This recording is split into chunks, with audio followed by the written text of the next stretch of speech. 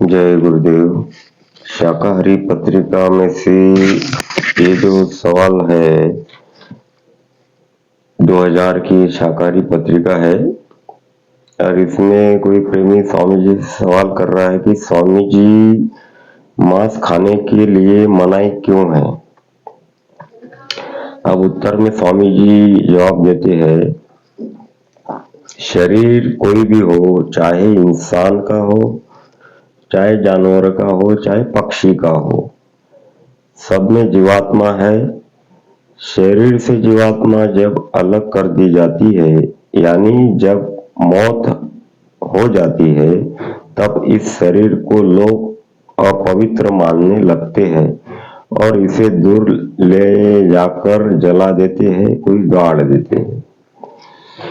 स्वामी जी कहते, तुमने क्या किया कि इस पेट को तुमने शमशान बना दिया, कब्रिस्तान बना दिया, जिब्या के स्वाद के लिए मुर्दे खाते हो। यह तो कर्मों का आदेश है, जिसे तुमने काटा है, खाया है, तो तुम भी काटे जाओगे, भुने जाओगे, जलाए जाओगे, बदला देना होगा। यह ईश्वरीय विधान है। यह नहीं समझना चाहिए कि तुम्हारे कर्मों को कोई देख नहीं रहा है। तुम्हारे सारे कर्मों की रील चल रही है। अच्छा करो या बुरा करो, सब लिखा जा रहा है। मरने के बाद सबका फैसला होता है। इसलिए ऐसे कर्मों को नहीं करना चाहिए जिसे यमराज की ये कचहरी में सजा मिले। अंडा हो या मुर्गी हो या जानवर का मांस हो, कभी सेवन नहीं करना चाहिए। नामदान लेने से पहले इन सब का परित्याग करना होता है।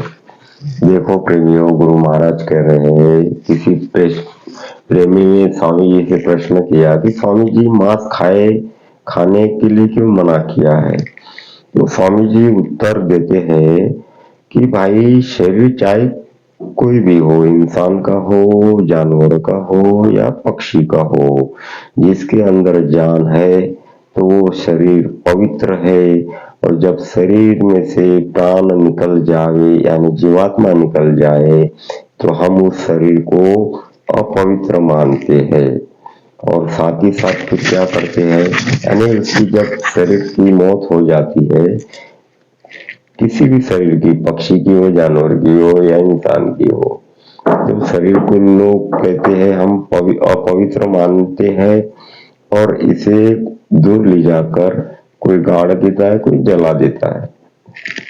अब गुरु महाराज का कहने का मतलब क्या है कि भाई देखो, इंसान मर गया घर में, हमने उसको मुर्दा कहा, उसको छूते ही नहीं, कहते भाई अब शरीर अपवित्र हो गया और जल्दी इसको शमशान में ले जाओ, और शमशान में ले जाने की तैयारी करते हैं। कोई शमशान में ले जाते हैं, साथ में चलते हैं। शमशान की विधि पूरी होने के बाद जब घर लौटते हैं तो घर में नहीं प्रवेश करते, पहले बाहर ही स्नान करते, कपड़े बदलते हैं, फिर जाके हम घर में प्रवेश करते हैं। तो गुरु महाराज कहते हैं, आपने इंसान मरा उसको मुर्दा कहा और उसको बाहर किया, चलता फिरता जानवर काट दिया, उसको तुमने मारा, वो भी तो मुर्दा हो गया। तो घर का मुर्दा बाहर किया और बाहर का मुर्दा घर में किया। तो गुरु महाराज कहते हैं कि ये जो है मनुष्य शरीर अनमोल है, हरि का मंदिर है, इसको हमने क्या किया, अपवित्र कर दिया। तो तुमने, गुरु महाराज कहते हैं, तुमने क्या किया, इस पेट को शमशान बना लिया, कब्रिस्तान बना लिया। अरे भाई, गुरु महाराज कहते हैं, जिस मुर्दे को तुमने लाए हो, जानवर को, वो भी तो मुर्दा हो गया। अब मुर्दे को खा रहे हो और पेट में डाल रहे हो। गुरु महाराज कहते, पेट क्या तुम्हारा शमशान है, घर क्या तुम्हारा कब्रिस्तान है, और जीभ के स्वाद के लिए हम मुर्दे खा रहे हैं। और यह तो कर्मों का देश है भैया, गुरु महाराज कह रहे हैं, ये कर्मों का देश है। यहाँ तो सबको अपने कर्मों का बदला देना होता है और यह ईश्वरीय विधान है। जिसे तुमने काटा है, खाया है, तुम भी काटे जाओगे, भुने जाओगे, जलाए जाओगे, बदला देना होगा। ईश्वरीय विधान है। यह नहीं समझना चाहिए कि हमारे कर्मों को कोई देख नहीं रहा है। ये चित्रगुप्त बैठे हैं 2 कंधों पर, ये सब ये लिखते जा रहे, एक अच्छा एक बुरा। तुम्हारे सारे कर्मों की रील चल रही है, अच्छा करो या बुरा करो, सब लिखा जा रहा है। और मरने के बाद सबका फैसला होता है, गुरु महाराज कहते हैं। इसलिए ऐसे कर्म ना करना चाहिए, यमराज की कचहरी में हमें सजा मिले। प्रेमियों देखो, जो इनसा बड़ा पाप है। एक कहानी है गौतम बुद्ध के जमाने की। गौतम बुद्ध किसी गांव में सत्संग करने के लिए गए थे, और वहां सत्संग करने के बाद उनको दूसरे गांव में सत्संग करने के लिए जाना था। तो उसी गांव में रात हो गई, और गांव वालों ने समझाया महाराज भी जाओ मत, आगे घना जंगल है, घने जंगल में डाकू रहता है, वो लोगों को मारता है, पहले लूटता है फिर मारता है, और मारने के बाद उंगली काट कर गले में लटकाता है। ये उसका रोज का पेशा है।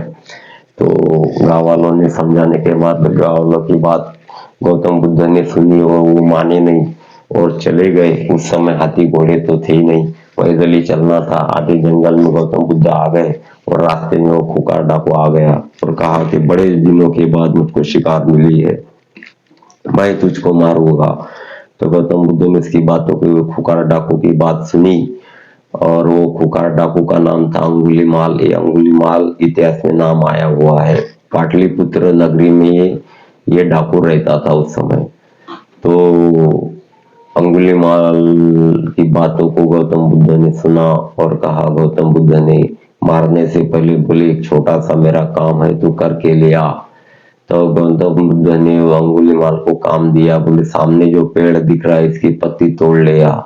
तो बोले सहज में है ये इतना सा काम। तो बोले गया, और अंगुलीमाल झट से डाली की पत्तियां तोड़ ले आया। तो बोले गौतम बुद्ध के पास लाकर खड़ी दे दिया, और कहा मैं अब तुम्हारे प्राण लेता हूँ। बोले प्राण बेशक ले, गौतम बुद्ध ने कहा, मगर उसके पहले एक और छोटा सा मेरा काम है। बोले कौन सा काम है, जल्दी बोलो, मेरे पास समय नहीं है। तो गौतम बुद्ध ने कहा, जहां से पत्तियां तोड़ कर तू ले आया है, वहां से तू जोड़ के ले आ। तो तो अंगुलीमाल सोच में गिर गया कि भाई मैंने जो ये तोड़ के लेके आया हूँ, और ये बोल रहे जोड़ के ले आए, ये तो असंभव है, ये हो नहीं सकता। ये इसी विचार में वो अंगुलीमाल रहता है, और सोचने लगता है ये तो असंभव कैसे हो सकता है। बस यही बात समझानी थी गौतम बुद्ध को। तो गौतम बुद्ध ने फिर कहा, देख जो तू ये मार रहा है, लूट रहा है, लोगों की हत्या कर रहा है, ये तू बोले उसको जिंदा कर सकता है क्या? बोले नहीं।